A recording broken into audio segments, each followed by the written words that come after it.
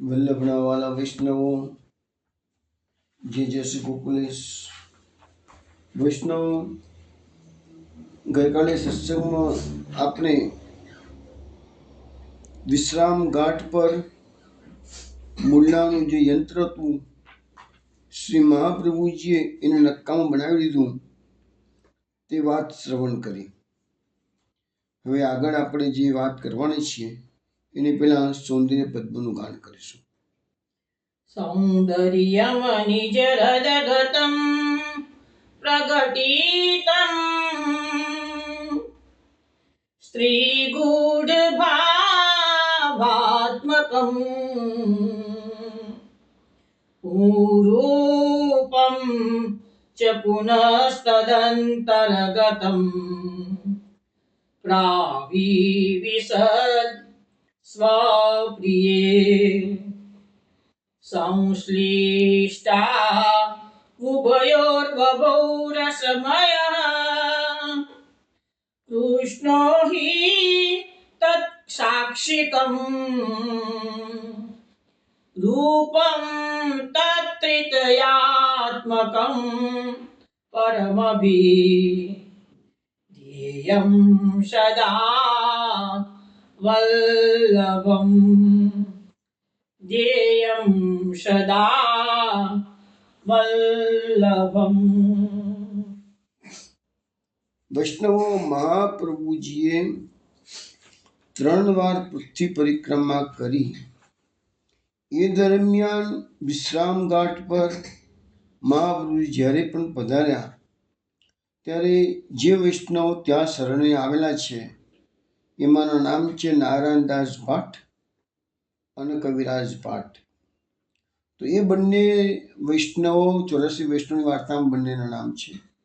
એ કેવી રીતે મહાપ્રભુજીને શરણે આવ્યા એ પણ વાત આજે આપણે કરીશું અને ત્યાર પછી જ આપણે ગોકુળ પ્રયાણ કરીશું.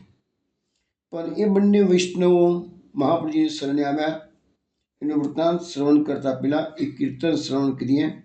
એના શબ્દો છે: ભરોસો શ્રી વલ્લભી કો રાખો.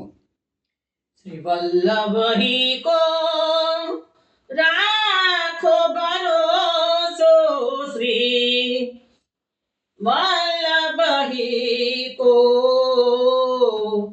રાખો. શ્રી વલ્લભી કો રાખો ભરોસો, શ્રી વલ્લભી કો રાખો.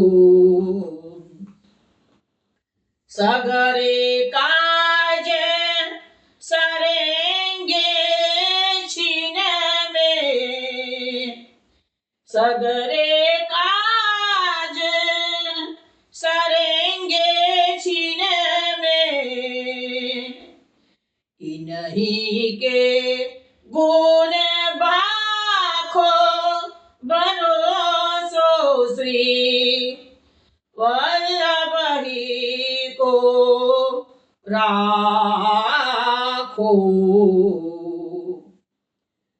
નિષદિન સંગ કરો ભક્તન કો, અસમર્પિત નહીં ચાખો.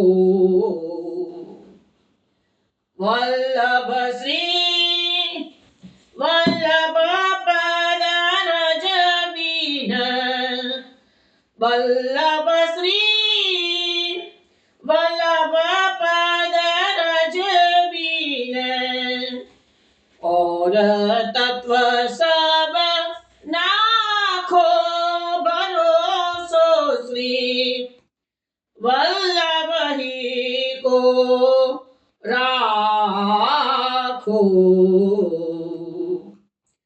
વલ્લભી કો રાખો ભરોસો, શ્રી વલ્લભી કો રાખો.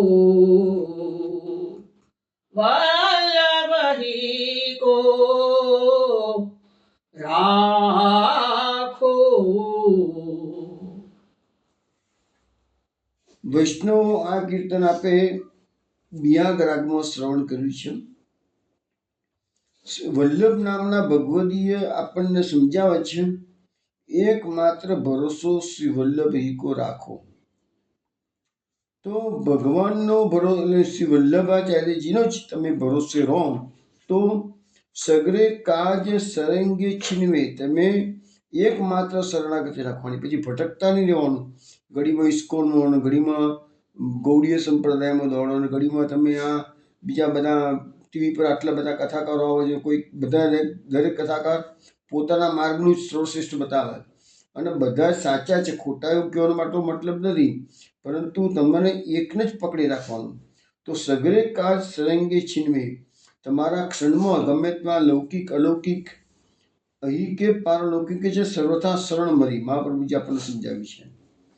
અને મહાપ્રભુજી પોતે ભક્તિચ્છાપૂર્વક પણ છે, એટલે બધી પ્રકારની ઈચ્છાઓ. એવું નથી કે લૌકિકમાં જ અલૌકિક. મેઇન તો આપણો માર્ગ છે એ અલૌકિક પ્રાપ્તિનો માર્ગ છે.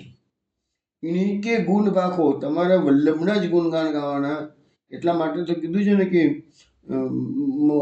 વલ્લભ કો ભારી ભરોસો, એવું એક કીર્તન બીજું છે. પણ તો એમાં પણ એ જ વસ્તુ કહેવામાં આવેલી છે કે નિષદીના સંગ કરો ભક્તન કો. હવે જે પુષ્ટિ માર્ગે ભક્તો છે એનો જ સંગ કરવાનો. અસમર્પિત કો નહીં ચાખો.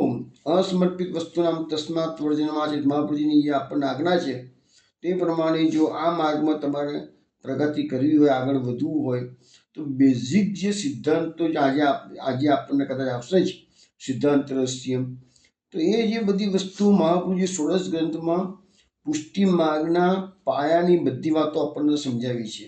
હવે તમે અડધું પડધું પાલન કરો, અડધું પડધું બીજા સંપ્રદાયનું પકડો, તો પછી પેલો ઘરનો ઘાટનો કશો ના રહે, એના જેવી હાલત થાય. એના કરતાં આપણને મહાપ્રભુજી પર શ્રદ્ધા છે. મહાપ્રભુજી આપણી જીવન નૌકાને પાર કરી દેશે તો એકને જ પકડી રાખવાનો. શુક્ર 10 જગ્યાએ ભટકવાની જરૂર છે. શ્રી વલ્લભ પદરજ બિન ઓર તત્વ સવર નાખો. તો આ આપણને ભગવદીએ કહે છે કે શ્રી મહાપ્રભુજીની જે ચરણ કમળની રજ છે એને જ પકડી રાખો, અને એના સિવાય બીજા કોઈ પણ તત્વને તમે છોડી દો. કે છે કોઈને ટૂંકમાં એક જ વસ્તુ કહેવા માંગે છે આ કીર્તનનો ભાવ, કે શ્રી મહાપ્રભુજી સિવાય બીજા કોઈ સંપ્રદાયની શરણાગતિ તમારે લેવાની નહીં. કારણ કે આપણો જે શરણાગતિનો માર્ગ છે ને, એટલે તો ગીતામાં ભગવાને કીધું છે કે સર્વધર્માન પરિત્યજ્ય મામેકમ શરણમ ભજ. તો એ વસ્તુ અહીંયા પણ મહાપ્રભુજી માટે એપ્લિકેબલ છે. વૈષ્ણવો, થોડી વાર પહેલા મેં તમને કહ્યું એ પ્રકારે મહાપ્રભુજીએ 3 પૃથ્વી પરિક્રમા કરેલી છે. એ દરમિયાન અનેક દેવીજીઓને શરણે લીધેલા છે. તો કયા કયા દેવીજીવ કયા માધ્યમથી કેવી રીતે શરણે આવે છે, બધું વૃત્તાંત ધીરે ધીરે આપણે શ્રવણ કરતા જઈશું. પણ એટલું કે આપણા સંપ્રદાયના જે પુસ્તકો અવેલેબલ છે એમાં કઈ પરિક્રમામાં કયા વૈષ્ણવ શરણાયો જ્યાં સ્પષ્ટ ઉલ્લેખ હશે ત્યાં હું કરીશ, અને જ્યાં સ્પષ્ટ ઉલ્લેખ નહીં હોય તો આપણે પહેલી વાર દાખલા તરીકે આગળ છે તો ઘણા વૈષ્ણવ આગળના કોનો જ છે, ઘણા વૈષ્ણવ કોનો જમાં કાશીમાં, ઘણા વૈષ્ણવ કાશીમાં શરણાવ્યા. તો જ્યારે જ્યારે કાશીનો વૃત્તાંત આવશે, જ્યારે જ્યારે આગ્રાનો વૃત્તાંત આવશે, જ્યારે જ્યારે ગોકુલનો વૃત્તાંત આવશે, ત્યારે જે વૈષ્ણવ શરણાવે છે, પછી પહેલી હોય, બીજી હોય કે ત્રીજી હોય, પરંતુ આપણે તો મહાપ્રભુજીના શરણે એ વૈષ્ણવ કેવી રીતે આવે છે અને શું ઘટના બની છે એનું વૃત્તાંત આપણને શ્રવણ કરવામાં રસ હોય. અત્યારે હું તમને પહેલા નારાયણદાસ ભાટ અને બીજા છે કવિરાજ ભાટ, એ બંને વિશ્રામ ઘાટ પર જ શરણે આવે છે. કદાચ હું માનું છું ત્યાં સુધી પહેલી પરિક્રમામાં તો શરણે નહીં આવ્યા હોય, પરંતુ બીજી કે ત્રીજી પરિક્રમામાં શરણે આવ્યા હશે. પણ આપણે અત્યારે એ કથા શ્રવણ કરી લઈએ. હવે અહીંયા કહે છે કે ભાઈ આ નારાયણદાસ ભાટ છે એ મથુરામાં એક ભાટના ઘરે જન્મેલા હતા, મોટા થયા, પણ કવિ દોહા બનાવતા. આ ભાટ એટલે શું, જે આપણા તો પેલા સ્વરાષ્ટ્રમાં ચારણો હોય છે ને, એ બધા જન્મથી જ એ લોકો દૈવી અંશથી જન્મેલા હોય છે, એટલે લોકોને બ્લડમાં જ આ કવિ દોહા બનાવવાનું હોય કે છે. તો એને કશું આવડે નહીં, કે તેમના વંશમાં આવેલું તો પણ નહોતું આવડતું. વિશ્રામ ઘાટ પર આખો દાડો બેસી રહે, કોઈ કંઈ આપે એમાં એમનું ગુજરાન ચાલતું હતું કે છે. પરંતુ શ્રી આચાર્યજી મહાપ્રભુજી જ્યારે વિશ્રામઘાટ પર પધાર્યા ત્યારે વિશ્રામઘાટ પર મહાપ્રભુજી સંધ્યાવંદન મધ્યાહન સમયે કરતા હતા. એ વખતે નારાયણદાસ ભાટી જોયું કે કોઈ મહાપુરુષ પધારે છે. મનમાં થયું કે લાવતા લાગે છે તો કોઈ મહાપુરુષ, તો મારા ભાગ્યની વાત તો પૂછું તો ખરો, મારા ભાગ્યમાં સંપત્તિ લખી છે કે નહીં, પૈસો લખ્યો છે કે નહીં કે છે. એમ વિચારીને નારાયણદાસ ભાટ શ્રી આચાર્યને દંડવત પ્રણામ કરીને પૂછ્યું, મહારાજ, હું ભાટ થઈને આવો મૂર્ખ કેમ થયો? મને નથી તો કવિ બનાવતા આવડતું, નથી તો મને દોહા બનાવતા આવડતું, મને કોઈ સારી વાણી પણ નથી આવડતી. હું તો જન્મ્યો ત્યારથી જ માગી માગીને મારું પેટ ભરતા શીખ્યો છું કે છે. તો કૃપાનાથ મને જરા જોઈ આપો તો ખરા મારો હાથ જોઈને કે મને દ્રવ્ય મારા નસીબમાં છે કે નહીં, મારા ભાગ્યમાં કે છે. મારો હાથ તો કૃપા કરીને જુઓ કે છે. આજે સામાન્ય રીતે આપણે એવું માનતા હોઈએ કે મહાપુરુષો તમારું કપાળ જોઈને, તમારો હાથ જોઈને, જન્માક્ષર જોનારા તો જ્યોતિષીઓ જુદા હોય છે, પણ એવા કેટલાય છે કે ત્રિકાળ જ્ઞાનની જે હાથની રેખા જોઈને કે કપાળ જોઈને કે અરે અમે તો એવાને પણ મળ્યા છે, કપાળને નહીં, હાથને નહીં, ખાલી એમને એમ પ્રશ્ન પૂછે જવાબ આપી છે. એવા પણ લોકોને અમે જેવા જોયા છે, જ્યોતિષ ત્રિકાળ જ્ઞાની જ્યોતિષીઓને. તો લખે છે કે ભાઈ મને જોઈ આપો તો ખરા. તો શ્રી આચાર્યજી તેમને જવાબ આપે છે, અરે ભાઈ, ભલું થયું કે તને કવિ દોહા બનાવતા નથી આવડતા. જો તને આ બધી તારામાં કળા હોત ને તો રાજસી લોકો આગળ તું ગાતો ફરતો અને દ્રવ્ય ભેગું કરતો કે છે. હવે જુઓ, ભગવાનના ભક્તો ભગવાન જે કઈ સ્થિતિમાં નાખે એની પ્રસાદી માનીને સ્વીકાર કરે. મહાપ્રભુજીએ એ સિદ્ધાંત આપણને સમજાવે છે કે ભાઈ એ ભલે ભાટ ઘરમાં જન્મ્યો છે, પણ કવિ દોહો બનાવતા નથી આવડતું, એને પણ ભગવાનની કૃપાનું પરિણામ મહાપ્રભુજી ગણાવે છે. બીજું કહે છે કે તું ભણ્યો નથી એ પણ સારું જ કહેવાય કે છે, કે બહુ ભણેલા માણસો તર્ક વિતર્ક વધારે કરતા હોય છે. પછી મહાપ્રભુજી કહે છે કે ઓછા પાત્રને પ્રભુ દ્રવ્ય આપતા નથી, પણ એ દ્રવ્ય નથી આપતા એ પણ એક કૃપા છે. જુઓ, મહાપ્રભુજી કેટલું આ માર્ગના જે સિદ્ધાંતો આપણને સમજાવે છે એ સમજવાનું છે. જે કંઈ બી મળે છે પ્રસાદી માણીને સ્વીકાર કરી લો. આપણી યોગ્યતા અયોગ્યતાનો સ્વીકાર જોઈને ભગવાન આપણને આપે છે. તો પોઝિટિવલી એટીટ્યુડ રાખશો ને તો બધું નેગેટિવ વસ્તુ પર પોઝિટિવ થઈ જશે. તો કૃપા કરે છે, દ્રવ્ય આપતા નથી તો કૃપા કરે છે. દ્રવ્ય પામે તો દ્રવ્યના મદદથી અનેક જીવનું બુરું કરે. ભાગવતમાં પણ આ વસ્તુના શ્લોકો બધા આવેલા છે અને આપણે સમયે વાત કરતા રહીએ છીએ કે ભગવાન જેના પર કૃપા કરે છે એની સંપત્તિનું હરણ કરે છે. શને શને હું એની સંપત્તિ હરું છું, ભગવાને 2-3 જગ્યાએ કહેલું છે. તો દ્રવ્ય પામે તો દ્રવ્યના મતથી અનેક જીવનું બુરું કરે, વિષય વગેરે પાપો કરે.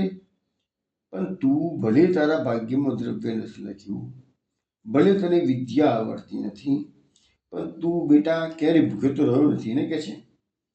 ભગવાને તારું એટલું તો ધ્યાન રાખ્યું છે ને કે છે. તારા દ્રવ્ય તારા ભાગ્યમાં ભલે નથી કે છે, પણ ભગવાને તને કૃપા કરીને દ્રવ્ય આપ્યું નથી. આટલી વસ્તુ એને સ્વીકારવાની કીધી. છતાંય મહાપ્રભુજીનું દર્શન વ્યર્થ જાય નહીં, ભક્તિ ઈચ્છા પૂરક છે. પેલા ભાઈ તો આવ્યા હતા, ભાટ આવ્યા હતા, એ તો દ્રવ્ય મેળવવાની આશાએ આવ્યા હતા, આશીર્વાદ મેળવવાની આશાએ હતા. એટલે મહાપ્રભુજી કીધું એક કામ કર બેટા, તું રાત્રે ધ્રુવ ઘાટ પર જા અને ત્યાં તને દ્રવ્યના ઢગલા જોવા મળશે, બસ કે જા. પણ જો ધ્યાન રાખજે, એ દ્રવ્યને તું લેતો નહીશ. તને એમ લાગે છે કે મારા ભાગ્યમાં દ્રવ્ય નહીં, તને દ્રવ્ય બતાવી દઉં, પણ એ દ્રવ્યને તું લેતો નહીશ કે છે. નારાયણદાસ તો ખુશખુશાલ થઈ ગયા. ઘેર આવ્યા, રાતની રાહ જોતા હતા, રાત પડી, ઉઠીને ધ્રુવ ઘાટ પર ગયા. આજે પણ મથુરામાં વિશ્રામ ઘાટની નજીકમાં ધ્રુવ ઘાટ આવે છે અને જે લીલી પરિક્રમામાં જે બાહ્ય પરિક્રમા થતી હોય છે અને છેલ્લા દિવસે એમાં ધ્રુવ ઘાટ પર લઈ જતા હોય છે. અંતર્ગ્રહીમાં ધ્રુવ ઘાટ નથી આવતો, બાહ્ય પરિક્રમામાં ધ્રુવ ઘાટ આવે છે. જોયું તો સોના રૂપાના ઢગલા છે. એનો લોભ લાગ્યો. મહાપ્રભુજી ના પાડી અડકીશ નહીં, એનો લોભ લાગ્યો એટલે લેવા ગયો સોના રૂપાના ઢગલાને. ત્યાં તો શ્રી યમુનાજીની અંદરથી બે માણસો આવ્યા, નારાયણદાસને માર્યો અને કીધું કે ચલ જતો રહી હતી. આચાર્યજી લેવાનું તને કહ્યું હતું કે તું લેવા આવ્યો છું કે છે?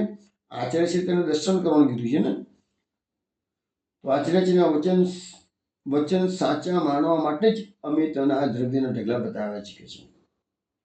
તારે દ્રવ્ય જોઈતું હોય તો શ્રી આચાર્યજીની આજ્ઞા લઈ આવ, પછી રહી જજે કે છે. નારાયણદાસ તો પાછા આવ્યા, ઘેર આવીને સુઈ ગયા. સવારે વિશ્રામ ઘાટ પર આવ્યા છે રાહ જોઈને કે મહાપ્રભુજી પધારે. શ્રી આચાર્યજી સવારે સંધ્યા વંદન કરવા માટે વિશ્રામ ઘાટ પર પધાર્યા. નારાયણદાસ દંડવત કરીને મહાપ્રભુજીને કહેવા જાય છે, પણ મહાપ્રભુજી કીધું, અને છેવટે તું પશુનો પશુ જ રહ્યો કે છે, તને વિશ્વાસ ના આવ્યો કે છે. ત્યારે નારાયણદાસે વિનંતી કરી કે મહારાજ, આપણા બધા વચન સાચા છે કે છે. ધ્રુવ ઘાટ પર દ્રવ્ય જોયું પણ મેં ખરું, પણ મેં લોભ વૃત્તિ મારી જાગી હતી કે છે. પણ જળમાંથી બે માણસો આવીને મને મારવા લાગ્યા, મને અટકાયો અને કહ્યું કે આચાર્યશ્રીની આજ્ઞા લઈને આવતો તને લેવા દઈએ. તો મહારાજ એ બે જણા કોણ હતા અને તમે મને પશુ કહ્યું, એનું કારણ શું? એ તો કૃપા કરીને મને જણાવો. તો આચાર્યજીએ કીધું, એ બંને જળમાંથી જે દેવતાઓ આવ્યા હતા એ વરુણના દૂતો હતા કે છે. તેમણે તને લેવા ન દીધું તે એનું કારણ એ છે કે તને એવી રીતે તારા નસીબમાં એ દ્રવ્ય લખેલું હતું નહીં કે છે. બીજું, તને પશુ મેં એટલા માટે કીધું કે તું ભગવાનની લીલા પરિકરનો જીવ છું અને તું ગોકુળમાં ત્યાં ગાડી વાનરનો અવતાર હતો કે છે. પણ અસમર્પિત ખાઈને તું સંસારમાં પડ્યો છું અને દુઃખ ભોગવે છે કે છે. પછી નારાયણદાસે વિનંતી કરી કે મહારાજ, તો પછી મને આ સંસારના દુઃખના દાવાદળમાંથી બચાવો. હવે મને દ્રવ્ય, હવે તમારી કૃપા થઈ ગઈ છે મારા પર, મારા અસલ સ્વરૂપનો મને ખ્યાલ આવી ગયો છે. હું લીલાનો જીવ છું કે છે. બસ હવે મને દ્રવ્યની ઈચ્છા નથી કે છે. હવે આપ આજ્ઞા આપશો એ પ્રમાણે કરું કે છે. તો શ્રી આચાર્યજીએ નારાયણદાસ ભાટને શ્રી યમુનાજીમાં સ્નાન કરાવી નામ નિવેદન કરાવ્યું. નારાયણદાસે કહ્યું, મહારાજ મને ભગવત સેવા પધરાવી આપો. શ્રી આચાર્યજીએ કહ્યું કે તું પશુ વૃત્તિનો છું, તારાથી પુષ્ટિ માર્ગની સેવા નહીં બની શકે, તેથી તું અહર્નિશ અષ્ટાક્ષર મંત્ર રાત દિવસ રટા કર અને એનાથી જ તને ભગવત પ્રાપ્તિ જરૂરથી થઈ જશે. વળી હવે પછી તારે એટલું ધ્યાન રાખવાનું, યમુનાજીના કાંઠે બેસવાનું ખરું, પણ કોઈની પાસે કશું માગવાનું નહીં કે છે. અને બને તો તારે ઘરમાં જ રહેવાનું કે છે. અને ઘરમાં રહીને અહર્નિશ શ્રી કૃષ્ણ શરણમાં મનો જપ કર્યા કરજે. તો તને ઘરમાં જ સર્વ વસ્તુ આવીને મળી જશે. જો ભગવાન પર જે લોકોએ બે શબ્દો સમજવા જોઈએ, અયાચક વ્રત અને અપરિગ્રહ વ્રત. વચમાં મેં તમને આકાશ વૃત્તિ અને અજગર વૃત્તિ બે શબ્દો સમજાવ્યા હતા. આજે બીજા બે શબ્દો છે, અયાચક વ્રત અને અપરિગ્રહ વ્રત. અયાચક વ્રતમાં શું છે કે અહીંયા મહાપ્રભુજીએ એને સમજાવ્યું કે તારે કોઈની પાસે કશું માગવાનું નહીં. કે આપણે ભાગવતમાં એક્ઝામ્પલ આવે છે સુદામા કોઈ દિવસ કોઈ પાસે માગવા ગયા નથી. જે અનાયાસે પ્રાપ્તમ, મહાપ્રભુનો સિદ્ધાંત છે, પ્રાપ્તમ સેવેત નિર્મમ. તમને અનાયાસે જે પ્રાપ્ત થાય એનાથી તમે તમારો નિર્વાહ કરો, એનું નામ છે પ્રાપ્તમ સેવેત નિર્મમ. એ મહાપ્રભુનો સિદ્ધાંત. આપણે માલપુર વાળા એક વૈષ્ણવની વાત મેં ઘણી વખત કરી છે સત્સંગમાં. એમનું નામ હતું મૌની બાબા. હવે જ્યારે યમુનાજીની કૃપા એના પર થઈ ગઈ અને એ યમુનાજીએ કીધું કે તું વ્રજ પરિક્રમા કર અને તારે કોઈ જગ્યાએ કશું માંગવાનું નહીં કે છે. તેને વ્રજવાસીઓ દૂધ આપી જશે, ફ્રૂટ આપી જશે, એનાથી તારો નિર્વાહ કરજે. તો એમને 6 મહિના સુધી વ્રજ પરિક્રમા કરી અને 6 મહિના સુધીમાં એમને ક્યારેય કોઈના ઘેરે જઈને ભિક્ષાંદેહી કરીને ઊભા નથી રહ્યા કે મને ભૂખ લાગી છે, મને કંઈ ખાવાનું આપો, એવું એમને માગ્યું નથી. પણ યમુનાજીએ જે પ્રમાણે કહ્યું હતું એ પ્રકારે એમને એમ બધું મળતું હતું. સમયે સમયે દૂધ અને ફ્રૂટ્સ વ્રજવાસીઓ આપી જતા હતા. તો આ જો ભગવાન પરની શ્રદ્ધા કેવું કામ કરે છે એ તમને સમજાવવામાં આવે છે. એટલે મહાપ્રભુજીએ પણ નારાયણદાસ ભટ્ટને કીધું કે સર્વ કઈ તારા ઘરે મળી જ શકે છે, વિશ્વાસ રાખજે. નારાયણદાસ ઘેર આવીને બેસી રહ્યા, મુખથી અષ્ટાક્ષર મંત્ર રટવા લાગ્યા. તે એ જ દિવસે એક જેને આવીને 10 રૂપિયા, ભાઈ જમણામાં 10 રૂપિયા એટલે બહુ મોટી રકમ કહેવાતી હતી. અત્યારે તો એક તમનું જમવાનું પણ પૂરું ના થાય 10 રૂપિયામાં, પણ એ જમણામાં તો 10 રૂપિયામાં કદાચ મહિનો કે 2 મહિના પણ નીકળી જતા હતા, કદાચ એનાથી વધારે નીકળતા હતા, એટલી સસ્તીને જમાન હતો. તો 10 રૂપિયા એક જેને ઘરે આવીને આપી ગયો. નારાયણદાસનો વિશ્વાસ વધી ગયો. પછી ઘેર રહ્યા કરતા હતા અને શ્રી આચાર્યજીએ કહ્યું એ પ્રમાણે અષ્ટાક્ષર મંત્રનો જપ કરતા હતા. હવે મહાપ્રભુજીના શરણે કેવી રીતે આવે છે એ કથા મેં આપણને સમજાવી. હવે એક થોડોક નાનો પ્રસંગ પણ નારાયણદાસ ભટ્ટનો છે એટલે કહી દઈએ. એટલા માટે કહું છું કે નારાયણદાસ ભટ્ટને ભગવાને સપનામાં એને કીધું કે હું વંદરાવનમાં રાધાબાગમાં છું અને તું મને ધરતી ખોદીને બહાર કાઢ, મારું નામ મદન મોહનજી છે કે છે. તો નારાયણદાસના સપનામાં જે પ્રમાણે આજ્ઞા થઈ હતી એ પ્રમાણે વંદરાવનમાં ગયા, એ જગ્યાથી ખોદકામ કર્યું, અંદરથી મદન મોહનજીનું સ્વરૂપ નીકળ્યું. સમય જતાં મદન મોહનજી જ્યારે ગોપીનાથજી પધાર્યા તો ગોપીનાથજી એમને પુષ્ટાઈ આપેલું સ્વરૂપ. એમને તો આજ્ઞા એવી હતી કે અષ્ટાક્ષરના જપ કરવાના, પણ ગોપીનાથજી પછી એમને સ્વરૂપનું પુષ્ટાઈ આપ્યું. અને સમય જતાં એવું બન્યું ગયું કે એમનો પણ દેહ ના રહ્યો તો ગુસાઈજીને એમને પાછું આપી દીધું સ્વરૂપ. અને આપણા વાર્તા સાહિત્યમાં આગળ વાત આવશે જ કે જ્યારે બંગાળીઓને કૃષ્ણાસ અધિકારીએ સેવામાંથી દૂર કર્યા, એ બધી વાતો આપણે પાછળથી આવશે. તો એ વખતે બંગાળીઓ રડતા કકડતા ગુસાઈજી પાસે ગયા છે. ગુસાઈજી પરમ દયાલ કી જે બોલીએ છીએ. તો આમાં જે લોકો ભ્રષ્ટ થઈ ગયેલા હતા બંગાળીઓ, શ્રીનાથજીની આજ્ઞા હતી કે એમ જોડે દેવી લઈને આવે છે, દેવીના ભોગ ધરાવે છે કે છે, અન્યાસ્ય કરતા હતા. એવા બંગાળીઓ જ્યારે રોટા કકડતા આવ્યા તો ગુસાઈજી એમને આ મદન મોહનજી પધરાવી આપ્યા. આ મદન મોહનજીના સ્વરૂપના દર્શન તમારે કરો એ વૈષ્ણવ તો ગિરિરાજજીની પરિક્રમા કરતા કરતા આન્યોલ ગામ પછી ગોવિંદ કુંડમાં મહાપ્રભુજીની બેઠક આવે છે.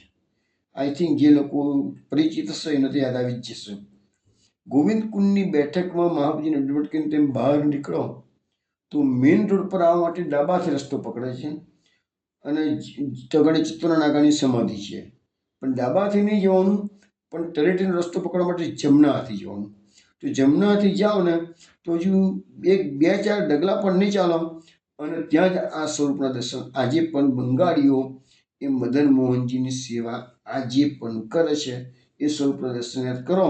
તે નારાયણદાસ ભટ્ટને યાદ કરજો, ગોપીનાથજીને યાદ કરજો, બધું યાદ કરી લેજો. જે વૈષ્ણવ તમારી જોડે ઉભા હોય 2, 5, 10, 15 એમને આ પ્રસંગ કહેવાનો. તો એમને દર્શન કરવા અને એના મહાત્મ્ય સાથે દર્શન કરવામાં ઘણો ફરક પડી જાય છે. ચલો, એટલે આવી રીતે આ નારાયણદાસ ભટ્ટ શરણે આવતા એ વાત આપણે કરી. હવે વિશ્રામ ઘાટ પર શરણે આવ્યા એ રીતે કવિરાજ ભાટ એ સરોડિયા બ્રાહ્મણ હતા, એ પણ મથુરામાં રહેતા હતા. હવે એની વાર્તામાં એવું આવે છે કે એક વખત વિશ્રામ ઘાટ પર એ આ કવિરાજ ભાટ બેસી અને તમને ખબર છે ને મથુરાની અંદર ભૂતેશ્વર મહાદેવ છે, 4 બાજુ 4 મહાદેવ છે, રંગેશ્વર મહાદેવ, ભૂતેશ્વર મહાદેવ. તો આ ભૂતેશ્વર મહાદેવના કવિ દોહા બનાવીને ગાતા હતા. ભાટનો અર્થ જ એ, ભાટ એટલે એમના જન્મથી જ એમના બ્લડમાં જ આ બધી શક્તિ આવેલી હોય. તો એ કવિત કરીને ગાતા હતા. અને એ જ વખતે શ્રી આચાર્યજી મહાપ્રભુજી વિશ્રામ ઘાટ પર પધાર્યા સંધ્યા વંદન કરવા માટે. એટલે કવિરાજ ભાટને આચાર્યના દર્શન કર્યા એ લાગ્યો તો કોઈ મહાન વિદ્વાન લાગે છે, કોઈ મોટા પંડિત છે કે છે, લાવ જરા જેને પ્રશ્ન તો પૂછ્યું. એટલે કવિરાજ ભાટે શ્રી આચાર્યજી પાસે આવીને દંડવત કરીને પ્રશ્ન કર્યો કે મહારાજ, દેવી મોટી કે મહાદેવ મોટા? હવે જો પ્રશ્ન કેવો છે, દેવી મોટી, કારણ કે ભૂતેશ્વર મહાદેવના કવિત કરીને કરતા હતા, કવિતા બનાવતા હતા. દેવી મોટી કે મહાદેવ મોટા કે છે? તો શ્રી આચાર્ય જવાબ, ભાઈ શાસ્ત્રની રીતે તો શ્રી ઠાકોરજી મોટા, વળી જેના મનમાં જે નિશ્ચય મોટા માન્યા હોય તેના માટે તે મોટા. એટલે કોઈ દેવીની આરાધના કરે, કોઈ મહાદેવની આરાધના કરે, કોઈ કૃષ્ણની આરાધના કરે, કોઈ રામની આરાધના કરે, તો કશું ખોટું નથી. કેમ? જેના મનમાં જે દેવ વસી ગયા હોય એની આરાધના કરે. પરંતુ સમયાંતરે એ વ્યક્તિને ખ્યાલ આવી જશે, એક જન્મે તો બીજા જન્મે. હું પોતે પણ એક એવા દૃઢ વિશ્વાસમાં માનું છું કે ગમે તે દેવને તમે માનતા હો, પણ અંતિમ સમયે તો તમારે શ્રી કૃષ્ણની ભક્તિ કરવી જ પડશે. એક જન્મે તો બીજે જન્મે તો 50 જન્મે. તો આજે એ વસ્તુ ભાગવતમાં પણ ઘણી જગ્યાએ આવી ગયેલી છે. મેં તમને સમજાવેલું છે કે સતત 100 જન્મ સુધી વર્ણાશ્રમ ધર્મનું પાલન કરનાર બ્રહ્મલોકમાં જાય છે, અને બ્રહ્માજીની મુક્તિ થાય પછી એને મુક્ત થાય છે. એનાથી વધારે પુણ્ય કાર્ય કરે તો એ શિવલોકમાં જાય છે, અને શંકરની મુક્તિ થાય ત્યારે એની મુક્તિ થાય છે. પણ જે લોકો શ્રી કૃષ્ણ અને વિષ્ણુની ભક્તિ કરે છે એ સીધા હરિના ધામમાં જાય છે. એવું ભાગવતનો 4th સ્કંદમાં આ વસ્તુ બતાવવામાં આવેલી છે. એટલે અંતિમ તો સમયે તો જેને ક્રમ મુક્તિ અને સિદ્ધ મુક્તિમાં સીધી જ કૃષ્ણની ભક્તિ કરનાર સીધું ભગવત ધામમાં જાય, એ વાત સમજાવવામાં આવી છે. તો અહીંયા કીધું કે ભાઈ ઠાકોરજી જ બધાથી મોટા છે કે છે. કવિરાજ ભટ્ટે કહ્યું તો ભાઈ ઠાકોરજીમાં અને મહાદેવજીમાં શું ભેદ? બંને મહાદેવ કહેવાય. શું મહાદેવ? તો પેલા ઠાકોરજી મોટા કે મહાદેવજી મોટા? તો આચાર્યજીએ કહ્યું કે શું ભાગવત ભણ.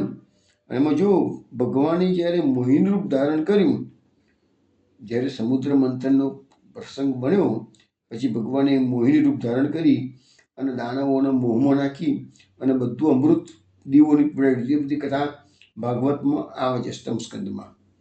ત્યારે મહાદેવજી પણ મોહિત થઈ ગયા હતા ભગવાનના આ મોહિની રૂપમાં. તો મહાદેવજી કોઈ રૂપ ધરે તો ઠાકોરજી ક્યારેય મોહિત થતા નથી. મહાદેવજી શ્રી કૃષ્ણના મોહિની સ્વરૂપમાં મોહિત થયા, પણ ભગવાન ક્યારે પણ મહાદેવના કોઈ સ્વરૂપમાં મોહિત થયા નથી કે છે. માટે મહાદેવને વશ ભગવાન નથી, એટલો ભેદ છે. આ પ્રકારના વચન શ્રી આચાર્યજીએ કહ્યા. કવિરાજ ભટ્ટની બુદ્ધિ નિર્મળ થઈ ગઈ. કવિરાજે રણવટ કરી વિનંતી કરી, મહારાજ મને તમારી શરણે લો. હવે જો આપની જોડે થોડીક વાર બેસવાથી મારું મન ઠાકોરજીમાં લાગી ગયું છે, તો આપનો સેવક થવું અને કેટલાક દિવસ આપનો સંગ કરવું, તો જરૂરથી મને લાગે છે કે ઠાકોરજી મારા પર પ્રસન્ન થઈ જશે. આ સિદ્ધાંત આપણને સમજાવવામાં આવે છે કે ભગવદીઓનો સંગ, આ તો આચાર્યશ્રીનો સંગ છે, પણ ભગવદીઓનો સંગ પણ થોડી ક્ષણનો હોય, એક ક્ષણનો પણ સંગ હોય. અર્ધિ ક્ષણાર્ધ વિના તુલ્ય ના સ્વર્ગમ ના પુનર્ભવમ ભગવત સંગી સંગસ્ય વર્તનામ કિંબુતાસ્તિસ્ય. આ ભાગવતનો શ્લોક 3 વખત લખેલો છે, એક શ્લોક. અર્ધિ ક્ષણનો ભગવદીઓનો સંગ એની તુલના સ્વર્ગ સાથે કે મોક્ષ સાથે પણ થઈ શકે તેમ નથી. તો પછી આ પૃથ્વી પરના ભોગોની તો વાત જ શું કરવી?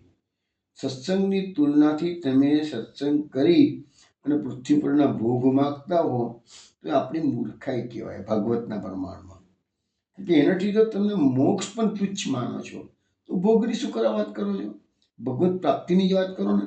તો ભગવદીઓનો સંગ કેટલું જીવનમાં પરિવર્તન લાવી શકે છે એ અહીંયા આપણને સમજાવવામાં આવે છે. મહાપ્રભુજીનો થોડીક વારનો વાર્તાલાપે પહેલાનું જીવન બદલી કાઢ્યું. તો પછી કે હું કાયમ માટે એમના સંગમાં રહું કે થોડા સમય માટે સંગમાં રહું તો મારા પર ઠાકોરજીની પ્રસન્નતા થાય કે ના થાય. માટે મહાપ્રભુ મને સેવક કરો. આચાર્યશ્રીએ કીધું કે તમે કવિરાજ છો, કવિત કરો છો, તે સેવકથીને શું કરશો? ત્યારે કવિરાજે કહ્યું કે મહારાજ આપના સંગ વિના નાગ ભટકતો હતો, કશું જ્ઞાન હતું નહીં, તેથી અનેક દેવતાઓના હું ગુણ ગાયા કરતો હતો, પણ હવે હું ઠાકોરજીના ગુણ છોડીને કશું ગાવાનો નથી. અમે મારા પર આપ એવી કૃપા કરો કે હું સદાય શ્રી ઠાકોરજીના જ ગુણ ગાઉં. ત્યાં શ્રી આચાર્યજીએ કહ્યું, હમણાં તો અમે અડીલ પધારીએ છીએ, તમે ત્રણેય ભાઈઓ સાથે ત્યાં આવજો, ત્યાં સેવક કરીશું. આમ કહીને શ્રી આચાર્યજી અડેલ પધારે. અને પછી વાતમાં એવું આવે છે કે પછી એ પોતાના ભાઈઓને લઈ અડેલ જાય છે અને મહાપ્રભુજીના સેવક બને છે, અને એમનું પછી નામ ચોરસિયા વિષ્ણુની વાર્તામાં આપણે વાંચીએ છીએ. તો અહીંયા એ વસ્તુ એમના મનમાં ઠસી ગઈ હતી કે મેરે તો શ્રી ગિરધર ગુણગાન, બસ ગુણગાન ગાવા તો ગિરધરના શ્રી કૃષ્ણના જ ગુણગાન ગાવાના, વલ્લભના ગુણગાન ગાવાના, અન્ય કોઈના ગુણગાન ગાવાના નહીં. તો અહીંયા આપણે વિશ્રામ ઘાટે બે જીવો શરણે આવ્યા હતા એ પ્રસંગ આપણે જોયા છે. હજુ એક પ્રસંગ જાણીતો પ્રસંગ છે, એ પણ વિશ્રામ ઘાટનો છે. અત્યારે મહાપ્રભુજી વિશ્રામ ઘાટથી ગોકુળ જવાની તૈયારી કરી રહ્યા છે. પણ ત્યાં શું બને છે કે ચૈતન્ય સંપ્રદાયના રૂપ ગોસ્વામી, સનાતન ગોસ્વામી એ પણ એ જ વખતે વિશ્રામ ઘાટે પધારે છે. તો એ બંને ગોસ્વામીઓએ આચાર્યશ્રીને પૂછ્યું કે ભાઈ આપનો માર્ગ તો પુષ્ટિ માર્ગ કહેવાય, છતાં આપના સેવકો તમારી બાજુમાં બધા ઊભા છે, એવા દુબળા પતલા કેમ છે કે છે? ઉત્તરમાં શ્રી મહાપ્રભુજીએ કહ્યું, અમે તો એમને આ માર્ગમાં આવવાની ના કહેલી, છતાં આવ્યા, તેનું ફળ ભોગવે છે. મહાપ્રભુજીએ થોડો પ્રશ્ન જવાબ આવી રીતે આપી દીધો મજાકમાં. એટલે પેલા લોકોને કંઈ ખબર પડી નહીં. એ લોકો એમના ગુરુ કૃષ્ણ ચૈતન્ય પાસે ગયા અને કહ્યું કે આવું બન્યું આજે, તો કે છે વલ્ભાચાર્યજી આ પ્રકારનો જવાબ આપ્યો. તો પછી કૃષ્ણ ચૈતન્યએ આ સાંભળ્યું અને મૂર્છિત થઈ ગયા. થોડીક વાર પછી ભાનમાં આવ્યા, બીજી વખત પૂછ્યું તો આ જ વાત ફીરતી ભાનમાં, એટલે 3 વખત મૂર્છિત કૃષ્ણ ચૈતન્ય થયા. પણ એને જે ગર્ભ હતો, સાર હતો, એ ચૈતન્ય મહાપ્રભુજી સમજી ગયેલા, પણ રૂપ સનાતન ગોસ્વામી સમજી શકેલા નહીં. ભાઈ એનો અર્થ એવો થાય છે કે જ્યારે કોઈ સંપ્રદાયમાં દીક્ષા લેવા માટે આવે તો પ્રથમ તો એને તરત જ તો અટકાવાય કે તરત આવ્યો છે આપી દીધું, ચેલો મૂંડી નાખ્યું, એ ન થતું હોય. કારણ કે એની આતુરતા જોઈને પછી દીક્ષા અપાય છે. એના માટે આપણા ત્યાં રાસ પંચાયતનો પ્રસંગ બહુ જાણીતો છે કે શાશ્વત કલ્પમાં ભગવાને વેણુનાદ કરીને વ્રજભક્તોને વનમાં મહારાસ માટે આમંત્રણ આપ્યું અને જે ગોપીજનોનો એ લાભ લેવાનો હતો એટલાને જ એ વેણુનાદ સંભળાવ્યો, બાકીના ગોપીજનોને એ વેણુનાદ સંભળાવ્યો નથી. એ બધી કથા રાસ પંચાયત વખતે વિસ્તૃત કરીશું, અત્યારે ટૂંકામાં કહું છું. હવે વ્રજભક્તો પાસે એ ગોપીજનો ભગવાનની પાસે આવી તો ગયા, પણ ભગવાને એમને ગોપીજનો બધી સ્ત્રીઓ એટલે એમને કીધું કે ધર્મની મર્યાદા બતાવી છે. પ્રત્યાત વ્રજમ નેહમ સ્તયમ સ્ત્રીભી સુમધ્યમાં, હે સુંદરીઓ તમે અહીંયા વ્રજમાં ના રહો, અડધી રાત છે કે રજની એસા ગોરૂપા ગોરસત્વની સેવિતા, એવા બધા શબ્દો વાપરે છે. અડધી રાત છે, અહીંયા હિંસક પશુઓ વનમાં ફરે છે, સ્ત્રીઓની ફરજ છે કે પતિની સેવા કરવી જોઈએ, તમે પતિને છોડીને શું કરો અહીંયા આવો, આ તો અધર્મ કહેવાય. ભગવાન આ લોકોની આકરી કસોટી કરે છે. ગોપીજનો પણ ગાંજા જાય એવા હતા. આ વાતો થઈ ગઈ છે, થોડી ફીરતી કહું છું. ગોપીજનોએ કીધું ભાઈ અમારા જે પતિદેવ છે એને છોડીને અમે આવ્યા છીએ, એ પતિ તો મારા આ જન્મના પતિ છે, પણ હમણાં જન્મના પતિ તો તમે છો કે છે. હવે તમે અમને પ્રાપ્ત થઈ ગયા છો, પછી અમે શું કરા લૌકિક પતિની પાસે જઈએ કે છે. ગોપીજનોએ આ રીતે જવાબ આપ્યો છે. ભગવાને વારંવાર કીધું તમે જતા રહો, જતા રહો, જતા રહો. ગોપીજનો તામસી, જે તામસ ભક્તો કહે છે ને, પેલા તામસી જુદા, આ તામસ ભક્તો છે. આમાં નામ જ છે તામસ ફળ પ્રકરણ. એટલે તામસ એટલે હઠાગ્રહી, અમે કૃષ્ણ સિવાય કશાને માનીએ નહીં એવો હઠ, એનું નામ તામસ પ્રકૃતિ. તામસ એટલે ક્રોધી, એ રીતે નહીં. અહીંયા તામસનો અર્થ થાય છે હઠાગ્રહી, કૃષ્ણના જ અમે સેવકો છીએ, બીજા કશાના નહીં. ને ચાસ્મી પરસ્ય, બીજાના નથી અમે. દાસો અમે દાસ છીએ. તો કૃષ્ણ તારા છીએ અને તમે અમને ગમે તેમ કહેશો તો પણ અમે પાછા જવાના નથી. ત્યારે ભગવાને એમને દાસનું દાન કર્યું છે, સ્વરૂપાનંદનું દાન કર્યું છે. એમનો દૃઢ નિશ્ચય, અડગ નિર્ધાર જોયો પછી કર્યું છે. તો પાછા ગયા નથી ગોપીજનો. તો પ્રભુના કહેવાનું તાત્પર્ય સમજીને પ્રભુના સ્વરૂપ માત્રમાં સંનિષ્ઠ ગોપીજનો ત્યાં જ રહ્યા. પરિણામે કૃષ્ણના સંયોગ અને વિયોગનું ફલરૂપ સુખ પામ્યા. તો મહાપ્રભુજી પોતે પણ વસ્તુતઃ કૃષ્ણ એવું છે અને તેમના જે સેવકો છે બધા વ્રજભક્તો છે. એટલે આપ શ્રીએ પણ પુષ્ટિ માર્ગમાં પોતાના સેવકોનો સંયોગ અને વિયોગની સુખાત્મક ફળ પ્રાપ્તિનો આ માર્ગ છે એ બતાવ્યું છે. હવે બીજું આ વસ્તુ બીજી રીતે પણ સમજી શકાય એવી છે. કે પુષ્ટિ માર્ગ, પુષ્ટિ એટલે કે કૃપા, પુષ્ટિ એટલે પ્રસાદ ખાઈને પુષ્ટ થવું એવું અર્થઘટન કરતા હોય તો ભૂલ છે. પુષ્ટિનો ખરો અર્થ થાય છે કૃપા. પુષ્ટિ માર્ગ છે એ તાપ કલેશનો વિરણ માર્ગ. આજે બધું ગોકુળમાં જશું આપણે એટલે બધી વસ્તુ પાછી આવશે. આજે તાપ કલેશનો વિરણ માર્ગ છે. અને ભગવાનથી જ્યારે આ જીવ વિખૂટો પડી ગયો છે એટલે એ જીવને ભગવાનની પ્રાપ્તિ માટે જે તાપ કલેશ થવો જોઈએ તો એના કારણે એ વિયોગમાં દુઃખી થઈ ગયેલો છે. દુઃખી અને દુઃખી માણસ ક્યારેક પુષ્ટ થાય નહીં, હૃષ્ટપુષ્ટ થાય નહીં, દુબળો પડતો થઈ જાય. માટે મહાપ્રભુજીના સેવકો જે દુબળા પતલા છે એનું કારણ આ રડવાનો આ પુષ્ટિ માર્ગ કેવો રડવાનો માર્ગ છે. આ તાગડથી ના કરવાનો માર્ગ જ નથી. જ્યાં તમને મોટા મોટા મનોરથો દેખાય, લાખો લોકો જતા આવતા દેખાય તો માનજો એ સાચો પુષ્ટિ માર્ગ. સાચો માર્ગ એકાંતનો માર્ગ છે. એકાંતમાં બેસીને ભગવાનને રીઝવવાનો માર્ગ છે. ભગવાનના માટે રડવાનો માર્ગ છે. આ સાચું રસ્તો. એટલા માટે તો કહે છે ને પુષ્ટિ માર્ગ એ વિશિષ્ટ કૃપાનો માર્ગ છે. લિમિટેડ વૈષ્ણવો માટેનો માર્ગ છે. હજારોની સંખ્યામાં બ્રહ્મ સંબંધ મંત્ર માઇક પર અપાતા હોય તો એ માર્ગમાં ન થઈ શકે. આ માર્ગ તો કોઈક વિરલાનો માર્ગ છે. એક લૌકિક એક્ઝામ્પલ આપીને તમને કહું તો આપણા ભારતભરમાં અનેક જેલો આવેલી છે. એની જેલમાં કેટલાય કેદીઓ જન્મ ટીપની સજા ભોગવતા હોય છે. આપણે બધા જાણતા હોય છે. બધા પેપરમાં રોજ કિસ્સા આવતા હોય છે. એ લોકો ખૂનામરકી, બળાત્કાર, લૂંટફાટ બધા ધંધા કરે છે. તો જન્મ ટીપની સજા છે. પણ સરકાર શું કરે છે? ક્યારેક વિશિષ્ટ પ્રસંગે 15મી ઓગસ્ટ હોય, 26મી જાન્યુઆરી હોય, કારણ કે જે ભાઈ જે કેદીઓનો ટ્રેક રેકોર્ડ સારો હોય એને ભલે નાખી જન્મ ટીપ હોય તો એ લોકોને મુક્ત કરવા કે છે. તો એ સરકારની એ કેદીઓ પર વિશિષ્ટ કૃપાથી જન્મ ટીપ ભોગવીને જેલમાં ગયેલા હતા. પરંતુ એવા સંજોગોમાં સ્પેશિયલ કેસમાં અમુક કેદીઓને મુક્ત કરવામાં આવે છે. તો આપણે આ એક્ઝામ્પલથી સમજવામાં આવે છે કે આપણે પણ આ સંસારરૂપી કેદખાનામાં બધા કેદ થઈ ગયેલા છીએ. પરંતુ અત્યારે મહાપ્રભુજીની વિશિષ્ટ કૃપા, ભગવાનની વિશિષ્ટ કૃપા આપણા બધા પર ઉતરી છે. એટલે ભગવાને વલ્લભને કીધું કે જાઓ ભૂતળ પર અને કેદખાનામાં પેલા જીવો છે એના પર વિશિષ્ટ કૃપાથી ભલે એમની જન્મટીપ થઈ ગઈ, ભલે એમને ભટકતા રહેવાનું છે, પણ ના, અમુક લોકો જે દૈવી જીવો ભૂલથી જતા રહે છે, સંસારમાં ફસી ગયા છે, એ લોકોને વિશિષ્ટ કૃપા કરીને બહાર કાઢો અને પાછા અહીંયા ધામમાં લઈ આવો. તો એવું આ માર્ગનું રહસ્ય છે કે આ બધાના માટે માર્ગ નથી.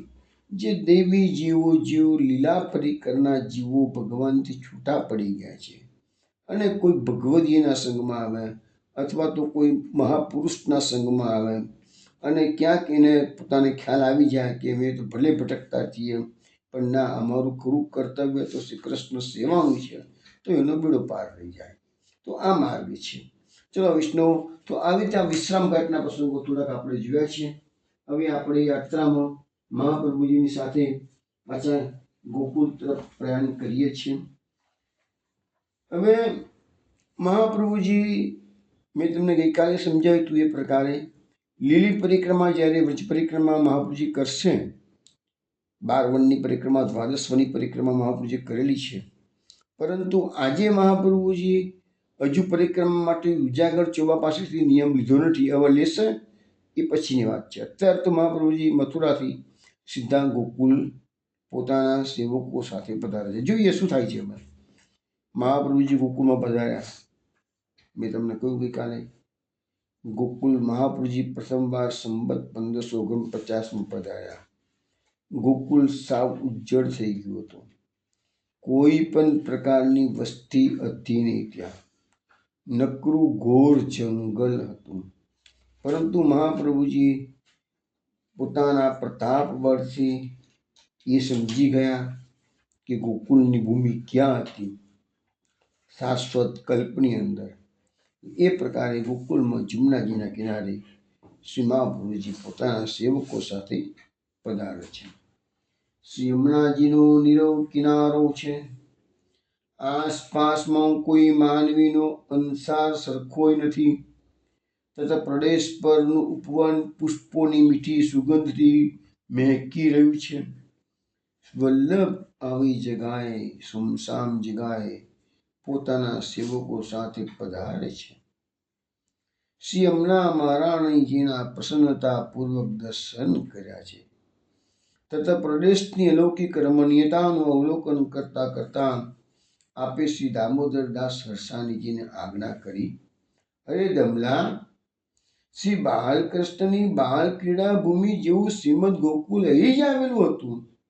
અરે શાશ્વત કલ્પમાં આ જ ભૂમિ પર પૂર્ણ પુરુષોત્તમ શ્રી કૃષ્ણ સ્વરૂપે નંદાલયમાં પ્રકટ થયા હતા. માટે હવે આપણે અહીં જ મુકામ કરીશું. તો મહાપ્રભુજીના આ જ જગ્યા પર નંદાલય હતું એવો અંસાર એમના પ્રતાપગઢથી આવી ગયો.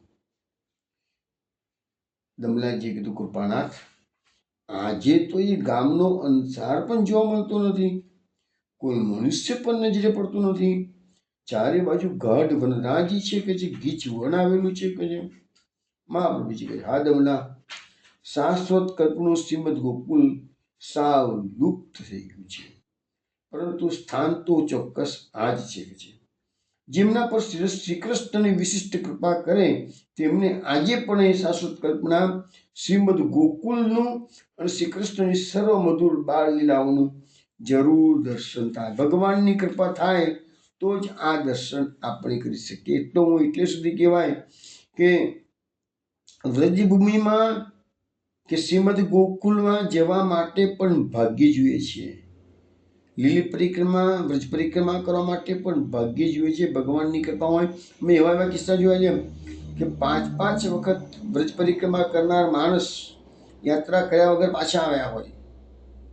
અને છેલ્લે એક કાકાની વાત મેં સાંભળી હતી, અમારા ગ્રુપમાં એક બેન હતા, એ કહેતા હતા કે એમના એક કાકા હતા, એ 94 વર્ષની ઉંમરે અમેરિકામાં જઈને વર્યા, પણ પરિક્રમા કરવા 5 વખત ઇન્ડિયામાં એને 5 વખત એમને પાછા જવું પડ્યું છે. તો આ બધું ભગવાનની વિશિષ્ટ કૃપાનો જ માર્ગ છે. કૃપા વિના ગોકુલમાં પણ એમને એમ પણ તમારે જવું હોય ને તો તમે નથી જઈ શકતા. ભગવાન કૃપા કરે એવા જ જીવને જ ગોકુલમાં બોલાવે છે. કૃપાનાથ, આપ આજ્ઞા કરો તે સ્થળે એવી મુકામની વ્યવસ્થા કરી. બીજા સેવકોએ કીધું તો ભગવાન મહાપ્રભુજી કીધું, દમલા, શાશ્વત કલ્પમાં શ્રી યમુનાજીના આ તટ પ્રદેશ ઉપર 2 ઘાટ નજીક નજીક આવેલા હતા. શ્રીમદ ગોકુલથી રાવલ ગામ સુધીની હદ સ્વામિનીજીની કહેવાય, અને એ બાજુનો ઘાટ શ્રી ઠકરાણી ઘાટ કહેવાય, અને શ્રી ગોકુલથી મહાવન સુધીની જે હદ છે એ ઠાકોરજીની ગણાય, અને તે બાજુનો ઘાટ શ્રી ગોવિંદ ઘાટ કહેવાય કે છે. પરંતુ અત્યારે તો અહીંયા આપણે આવ્યા છીએ પણ કયો ઘાટ ક્યાં છે એની કંઈ ખ્યાલ આવતું નથી કે છે. પ્રભુની કૃપા થાય તો જ આ વસ્તુનું ખ્યાલ આવે કે છે. શ્રી વલ્લભ આ પ્રદેશની અલૌકિક લીલા ભાવનાના ચિંતનમાં ખોવાઈ જાય છે. આ અક્ષના નેત્રો શ્રી યમુનાજીના સુંદર શ્યામ જલ પ્રવાહ પર સ્થિર થઈ ગયા છે. ત્યાં તો થોડે દૂરથી જાજરનો ઝમકાર આવી રહ્યો છે. કંકુનો રણકાર કાઢી પડ્યો, જાજરને ચમકે માં વિચવાને ટમકે, નુપુરને નાદે માં ગુગરીને ગમકે, જય જય શ્રી યમુના. તો એ પ્રકારની અહીંયા દર્શન થઈ રહ્યા છે. સૌના કાન સરવા થયા. ક્ષિતિજ પર શ્રી યમુનાજીના જલ પર ધીર ગંભીર ગજગતીએ ચાલતી આવતી એક આકૃતિ અસ્પષ્ટપણે દેખાઈ. સૌએ તે દિશામાં પોતાના નેત્રો સ્થિર કર્યા. થોડાક સમયમાં જ તે આકૃતિના દર્શન થયા. અરે લાલ સુથન, ગુલાબી લીલા રંગની કાચની કેસી પટાકામાં તેઓ શોભતા હતા. શ્રી મસ્તક પર હીરા જેટલે મુકુટ ધારણ કર્યો હતો. શ્રી અંગ પર હીરા માનેક પુણ્યના 16 શૃંગાર શોભતા હતા. એક શ્રેષ્ઠમાં કમળની છડીઓ ઝૂલતી હતી, બીજા શ્રેષ્ઠમાં કમળના પુષ્પોની નયન રમ્ય મંદ મંદ સુગંધયુક્ત પુષ્પમાળા હતી. શ્રી વલ્લભે દર્શન કરતા જ અતિ પ્રસન્નતા અનુભવી. હૃદયની પ્રસન્નતાનો છલકાયેલો સાગર નેત્રો દ્વારા હર્ષાશ્રુ બનીને વહી રહ્યો હતો. આપ શ્રીના મુખારવિંદથી ધીર ગંભીર પૃથ્વી છિન્નમાં સ્તુતિ સરી પડી નમામિ યમુનામ. શ્રી યમુનાષ્ટકમ. નમામિ યમુનામહં સકલ સિદ્ધિ હેતુમ મુદા મુરારી પદ પંકજ સ્ફુરદમંદરેણુત્કટં તટસ્થનવકાનન પ્રકટમોદपुष्पाम्बुना सुरासुरसुपूजित स्मरपितुः श्रियं बिभ्रतिं कलिन्दगिरिमस्तके पतदमन्दपूरोज्ज्वला विलासगमनोल्लसत् प्रकटगण्डशैलोन्नता सघोषगतिदन्तुरा समधिरूढदोलोत्तमा मुकुन्दरतिवर्धिनी जयति पद्मबन्धुः सुता भुवं भुवनपावनी मदिगता मणेकस्वनै प्रियाभिरिव सेवितां सुखमयूरहंसादिभिः तरङ्गभुजकङ्कणा प्रकटमुक्तिका भालुका नितम्बतटसुन्दरीं नमत कृष्णतुर्यप्रियाम् अनन्तगुणभूषिते शिवविरञ्चिदेवस्तुते गणागणनिभे सदा ध्रुवपराशराभीष्टदे विशुद्धमथुरातटे सकलगोपगोपीवृते कृपाजलधि संश्रिते मम मनः सुखं भावय यया चरणपद्मजा मुररिपुः प्रियं भावुका समागमनतो भवत् सकलसिद्धिदा सेवतां तया सदृशतामियात् कमलजासपत्नी वयत् हरिप्रियकलिन्दया मनसि मे सदा स्थीयताम् नमोऽस्तु यमुने सदा तव चरित्रमत्यद्भुतं न जातु यमयातना भवति ते पयः पानतः यमोऽपि भगिनी सुतान् कथमुहन्ति दुष्टानपि प्रियो भवति सेवनात् तव हरेर्यथा गोपिका ममास्तु तव सन्निधौ तनुनवत्वमेतावता न दुर्लभतमारतिर्मुररिपौ मुकुन्द प्रिये अतोऽस्तु तव लालना सुरधुनी परं सङ्गमात् तवैव भुवि कीर्तिता न तु कदापि पुष्टैस्थितैः स्तुतिं तव करोति कः कमलजासपत्नी प्रिये हरेर्यदनुसेवया भवति सौख्यमामुक्षतः इयं तव कथाधिका सकलगोपिका सङ्गम स्मरश्रमजलानुभिः सकलगात्रजैः सङ्गमः तवाष्टकमिदं मुदा पठति शूरसूते सदा समस्तदुरितक्षयो भवति वै मुकुन्दे रतिः तया सकलसिद्धयो मुररिपुश्च सन्तुष्यति स्वभावविजयो भवेत् वदति वल्लभ श्रीहरे। श्याम सुंदर श्री यमुने महारानी की जय। તો વૈષ્ણવો, આ રીતે શ્રી યમુનાષ્ટકમનું પ્રાગટ્ય શ્રાવણ સુધી ત્રીજના દિવસે ગોકુળમાં જમુનાજીના કિનારે થયું. બધા વૈષ્ણવોએ સેવકો જે હાજર હતા એમને પણ શ્રી યમુના મહારાણીના દર્શન થયા. શ્રી યમનાષ્ટક ધીર ગંભીર મધુર સ્વરમાં વાતાવરણમાં ગુંજી રહ્યું. શ્રી યમુના મહારાણીજી શ્રી વલ્લભની તદ્દન નજીક સન્મુખ પધારી ચૂક્યા ત્યારે શ્રી વલ્લભે શ્રી યમુના મહારાણીજીને નમત કૃષ્ણ તુર્ય પ્રિયામ કહી સાષ્ટાંગ દંડવત પ્રણામ કર્યા. શ્રી યમનાષ્ટકના સૂર અને સ્વર સૌ સેવકોના હૈયામાં ગુંજી રહ્યા હતા. શ્રી યમુનાજીના સાક્ષાત દર્શનથી સૌના નેત્રોમાંથી હર્ષના બિંદુઓ સરી પડતા હતા. સૌ ભક્તિભાવથી બે હાથ જોડી શ્યામ સુંદર શ્રી યમુના મહારાણીજીના સ્વરૂપની સુધાનું પાન કરી રહ્યા હતા. હવે શ્રી યમનાષ્ટકનું ગાન મહાપ્રભુજી પૂરું કર્યું ત્યારે પ્રસન્ન થયેલા મુદિત રતિવર્તિની એવા શ્રી યમુનાજીએ મંદ મંદ સ્મિત કરતા શ્રી વલ્લભને આજ્ઞા કરી કે શ્રી વલ્લભ, આપના દર્શન કરે ઘણો સમય થઈ ગયો. આજે આપે કૃપા કરી મારી નિકુંજના દ્વાર પર પધાર્યા છો. હું આપનું સ્વાગત કરું છું. મહાપ્રભુજીએ કીધું, હે શ્રી યમને, આપ તો પરમ કૃપાળુ છો. શરણે આવતા જીવોને જોઈને આપ અતિ પ્રસન્ન થાઓ છો, પરંતુ આપે પધારવાનો પરિશ્રમ શા માટે લીધો?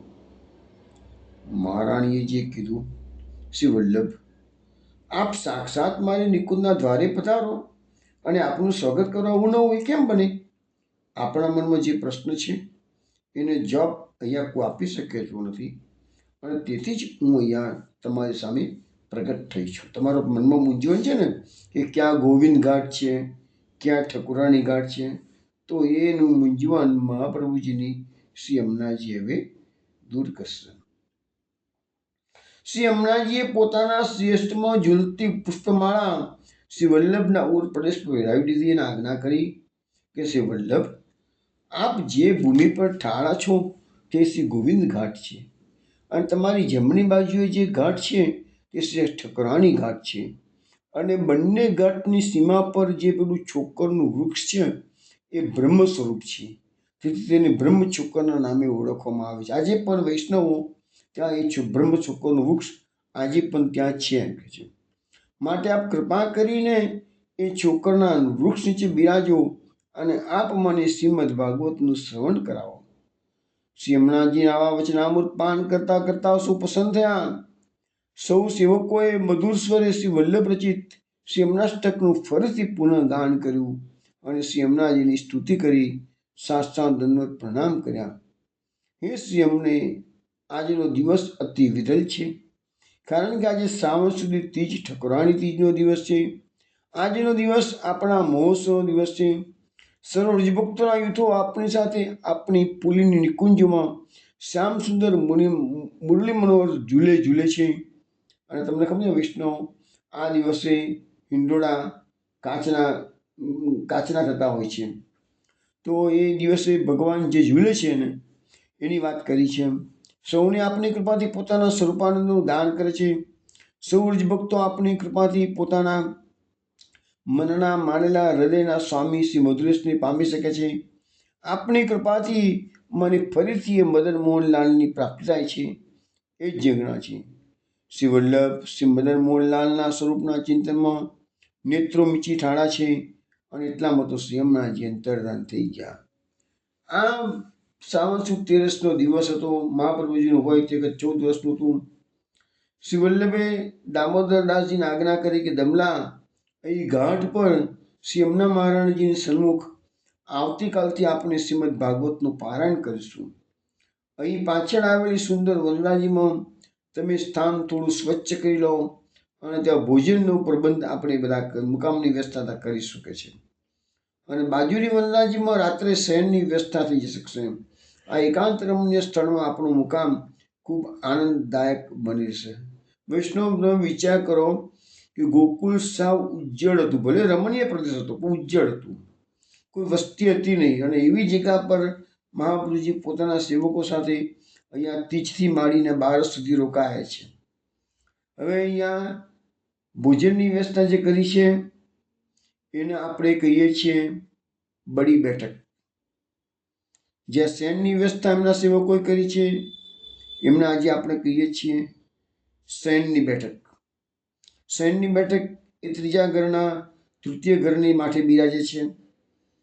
ગોવિંદ ઘાટની જે બ્રહ્મ સંબંધની બેઠક કહેવાય છે એ બેઠકના બે ભાગ પડી ગયેલા છે.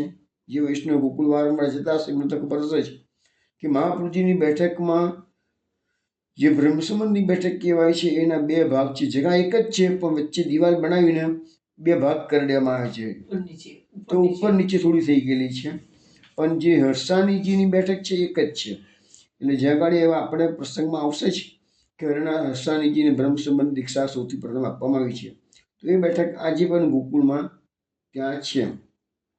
તકરોણી ઘાટ પર શ્રી ગુસાઈજી સંધ્યા વંદન કરવા પધારતા, તો એ બેઠક છે આજે પણ તકરોણી ઘાટે સંધ્યા વંદનની બેઠક ગુસાઈજીની છે ત્યાં. તો આવી રીતે શ્રી મહાપ્રભુજીની ગોકુળમાં કુલ 3 બેઠકો છે. એક જે બ્રહ્મ સંબંધ દીક્ષાની બેઠક કહેવાય છે, એક છે તપેલી બડી તપેલીની બેઠક કહેવાય છે, એટલે બડી બેઠક કહેવાય છે, અને બીજું સેનની બેઠક છે. હવે આપણા ત્યાં એવી પ્રણાલિકા છે પુષ્ટિ માર્ગમાં, કોઈ પણ વલ્લભકુળનું બાળક આચાર્ય જ્યારે પરિક્રમા ઉપાડે છે ત્યારે એમને ગોકુળ આવી અને બડી બેઠકમાં મહાપ્રભુજીની તપેલી આરોગાવવાની પ્રણાલિકા છે. અને બીજી પ્રણાલિકા છે ગોકુળમાં આવી અને ચતુર્થ કુમાર ગોકુલનાથજીની જે ગાદીજી છે સૌથી પહેલાં એને જ પત્રિકા અર્પણ કરાય છે. વલ્લભકુળના બાળકો આચાર્યો જ્યારે લીલી પરિક્રમા ઉપાડે છે ત્યાં જે પત્રિકાઓ છપાતી હોય ને મોકલતા હોય બધાને ગામે ગામ, તો સૌથી પહેલી પત્રિકા ગોકુલનાથજીને જ મોકલવામાં આવે છે. એટલું જ નહીં, પરંતુ વિશ્રામ ઘાટે નિયમ લઈ અને એ બાળકો પહેલાં કે પછી એની પહેલાં પણ એ ગોકુળની આવી અને ચતુર્થ કુમાર ગોકુલનાથજીની ગાદીજી છે એ ગાદીજીને માથું ટેકવે છે પોતાનું અને આજ્ઞા લે છે. આ એક પ્રણાલિકા વર્ષોથી ચાલે છે. હવે કોક વસ્તુ કદાચ હવે સાઈડ ટ્રેક કરતા તો ખબર નથી મને, પણ લગભગ આ પ્રણાલિકા વર્ષોથી ચાલતી આવેલી છે. બડી બેઠકમાં તપેલી આરોગાવવાની અને ચતુર્થ કુમાર ગોકુલનાથજીની ગાદીજીને આજ્ઞા માગવાની, આ બે પ્રણાલિકા પછી જ એ વલ્લભકુળના આચાર્યો લીલી પરિક્રમા ઉપાડે છે. હવે અહીંયા મહાપ્રભુજીની આજ્ઞા મુજબ ભોજનની વ્યવસ્થા માટે જગાને સ્વચ્છ કરવામાં આવી છે, શયન માટે પણ જગા સ્વચ્છ કરવામાં આવેલી છે. આ બધું નજીકમાં છે, પણ જે લોકો જયચર સ્પર્શ કરવા માટે જતા હોય ને એ લોકોને 3 બેઠકના બદલે 4 બેઠકમાં કરવું પડે છે. કારણ કે મેં કહું ને કે મહાપ્રભુજીની બ્રહ્મ સંબંધની બેઠકના 2 ભાગ પડી ગયેલા છે, ઉપર નીચે થોડું ઘણું છે, પણ બંને જગ્યાએ ચરણ સ્પર્શ બધા કરતા હોય છે. હવે આપશ્રીની આજ્ઞા મુજબ કૃષ્ણાસ મેઘન આદિ સેવકોએ મુકામની સર્વ વ્યવસ્થા કરી. શ્રાવણ સુદી ત્રીજના ચોથનું પ્રાતઃકાળ થયો. શ્રી યમુનાજીમાં ચોથના દિવસે શ્રી યમુનાજીમાં શિમનાષ્ટકના ગાન સહિત સ્નાન બધાએ કર્યું છે. શ્રી વલ્લભે સૌ સેવકોને શ્રી યમુનાજીનું અલૌકિક સ્વરૂપ સમજાવ્યું છે. પછી મહાપ્રભુજીએ મુકુંદરાજીની સેવા કરી છે. આપ શ્રી ગાઢ પર બિરાજ્યા, શ્રી યમુનાજીની સન્મુખ બિરાજ્યા, શ્યામ સુંદર શ્રી કૃષ્ણનું ધ્યાન કર્યું છે. શ્રી યમુનાજીની આજ્ઞા લઈ આપશ્રીએ પોતાની સુમધુર કંઠથી શ્રીમદ ભાગવતના પારાયણનો પ્રારંભ કર્યો. શ્રી યમુનાજી અને સૌ વ્રજભક્તો વાઘપતિ શ્રી વલ્લભના મુખારવિંદથી શ્રી કૃષ્ણની લીલાઓની વેતી રસધારાનું પાન કરવા પધાર્યા છે. ગોવિંદ ઘાટ, શ્રી ઠકુરાણી ઘાટ વ્રજભક્તોથી ઉભરાવા લાગ્યો છે. સૌને શ્રીમદ ભાગવતની લીલાઓના શ્રવણ સાથે એ સર્વ લીલાઓનું પ્રત્યક્ષ દર્શન થયું છે. શ્રી ભાગવતના પ્રત્યેક પદ અદ્ભુત અલૌકિક મણિના આભૂષણો હોય એમ શ્રી વલ્લભના હૃદય કમળ અને મુખ કમળને શોભાવી રહ્યા છે. એટલા માટે તો શ્રી ગુસાઈજીએ સપ્તશ્લોકીમાં લખ્યું છે કે શ્રી ભાગવત પ્રતિપદ મણિવર ભાવાંશુ ભૂષિતા મૂર્તિ, એટલે કે શ્રી ભાગવતના પ્રત્યેક પદ અદ્ભુત અલૌકિક મણિના આભૂષણો હોય એવા ભાવથી શ્રી મહાપ્રભુજી ભાગવતનું પારાયણ કર્યું છે. આપ શ્રીનું હૃદય શ્રી નંદનંદનની લીલાઓના ક્ષીરસાગરમય બની રહ્યું છે. કોઈને સમયનું ભાન નથી, કોઈને સ્થળનું ભાન નથી, કોઈને ભૂખ તરસનું ભાન નથી. સૌ લીલા રસ સાગરમાં તલ્લીન થઈ ગયા છે. લીલા રસ સાગરના મોજાઓ સર્વત્ર ઉછળી રહ્યા છે. શ્રી યમુનાજીના તરંગભુજ કંકરો આનંદથી ઉછળે છે. સર્વત્ર દિવ્ય આનંદની અનુભૂતિ છવાઈ રહી છે. 1 દિવસ, 2 દિવસ, 3 દિવસ, એમ 7 દિવસ જતા રહ્યા. કોઈને ખ્યાલ ના રહ્યો. સાવન સુધી દસમીના સંધ્યાકાળે શ્રી વલ્લભે શ્રીમદ ભાગવત પારાયણની પૂર્ણાહુતિ કરી. સૌ ભક્તોએ શ્યામ સુંદર શ્રી નંદનંદનનો તથા પારાયણના મનોથી શ્રી યમુના મહારાણીજીનો અને વાઘપતિ શ્રી વલ્લભનો જય ઘોષ કરેલો છે. હવે શ્રાવણ સુધી એકાદશીનો શુભ દિવસ ઉગો છે. શ્રાવણ સુધી પૂર્ણિમાના દિવસે યજ્ઞોપવિત બદલવા માટે અને તેની વૈદિક વિધિ માટે સૂત્રના 360 તારનું પવિત્ર સિદ્ધ કરી કેસરમાં રંગી શ્રી મહાપ્રભુજીએ સૂક્યું હતું. આપના હૃદયમાં એક વિચાર ગુંભરાતો હતો, અરે, પ્રભુએ પોતાના દૈવી જીવોનો ઉદ્ધાર કરવા માટે મને ભૂતલ પર પ્રકટ થવાની આજ્ઞા તો કરી હતી. પ્રભુના એ મનોરથને સિદ્ધ કરવા માટે હું ભૂતલ પર આવ્યો. પ્રભુએ પોતાના આનંદ માટે આ જગતની અને જળ ચેતન સૃષ્ટિની રચના કરી. અહીં તો અનેક પ્રકારના જીવો છે. જીવો પણ એક જ પ્રકારના નથી. તેમના દેહ જુદા જુદા છે. તેમના સ્વરૂપ જુદા જુદા છે. તેમની ક્રિયાઓ જુદી જુદી છે. તેમના સ્વભાવ જુદા જુદા છે. તેમના વાણી, વર્તન, વિચાર ક્યાંય એક વાક્યતાવાળા સમાન નથી દેખાતા.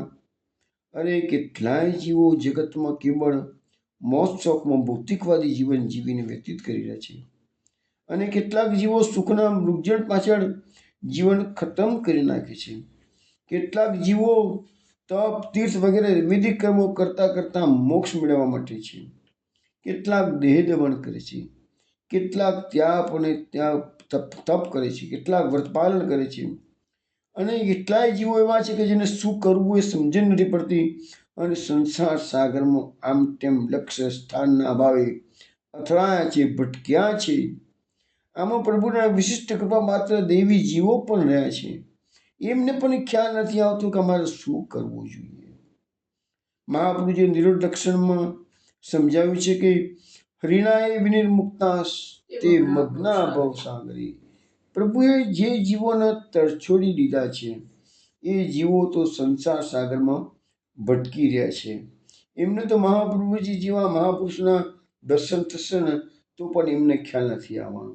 પરંતુ જે દૈવી જીવો ભૂતળ પર વિખુટા પડી ગયા છે ભગવાનની લીલામાંથી, એમને આવી રીતે ભગવદીઓનો સંગ મળશે કે મહાપ્રભુજી જ્યારે અત્યારે પૃથ્વી પરિક્રમા કરી રહ્યા છે અને એવાનો ઉદ્ધાર કરવા માટે તો મહાપ્રભુજીનું પ્રાકટ્ય છે. પરંતુ મહાપ્રભુજી પૃથ્વી પરિક્રમા કરતા કરતા એ સર્વે કરી રહ્યા છે કે આ ધર્મની શું સ્થિતિ છે. મહાપ્રભુજીનો મનનો જે નિરાશા થઈ ગઈ છે, મહાપ્રભુજીને થોડો વિષાદ થયો છે.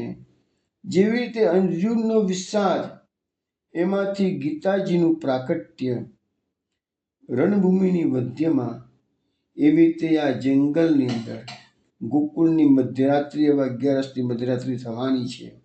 મહાપ્રભુજીનો વિષાદ ચરમસીમા પર છે.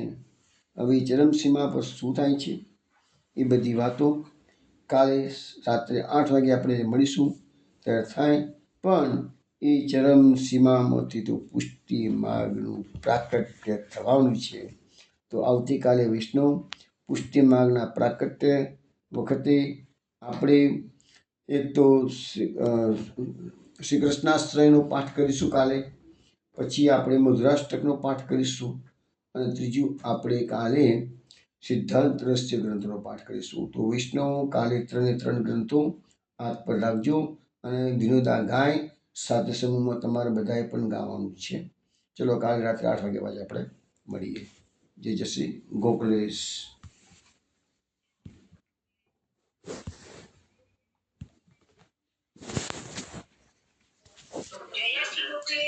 જય શ્રી ગોકુલેશ. જય શ્રી ગોકુલેશ. જય શ્રી ગોકુલેશ. જય શ્રી ગોકુલેશ.